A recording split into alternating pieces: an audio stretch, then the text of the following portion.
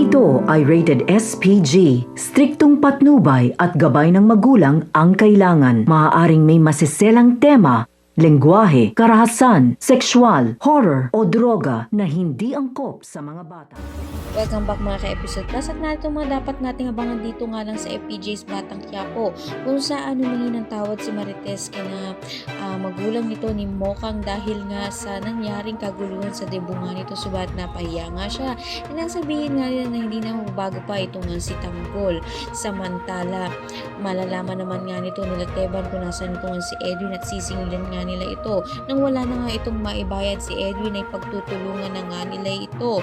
Sasama na nga ito nga si Tinding dito nga kay Tanggol kung saan siya nakikitira dahil ayaw niya na nga bumalik pa sa kanilang bahay dahil ayaw niya na nga rin makita pa ito nga si Rigor. Samantala, magkakaroon naman ng kaguluhan na naman dito nga sa campus nila Mokang dahil na nga rin sinamantala na naman nga nito ni JP ang pagkakataon dito nga kay Mokang subat hindi niya nga alam nandoon itong si Tanggol upang ipagtanggol ito nga si Mokang at pinagbubugbog niya nga ito. Di pa rin nga nadala ito nga si JP na pagsabihan na nga siya nito ni Tanggol, natigilan na nga niya ito nga si Mokang. At ngayon nga to the rescue na naman niya ito nga si Tanggol dito nga sa pananamantala na naman nga nito ni JP kay Mokang. Kailang pakatutukan natin yan. Maraming salamat sa inyong panonood.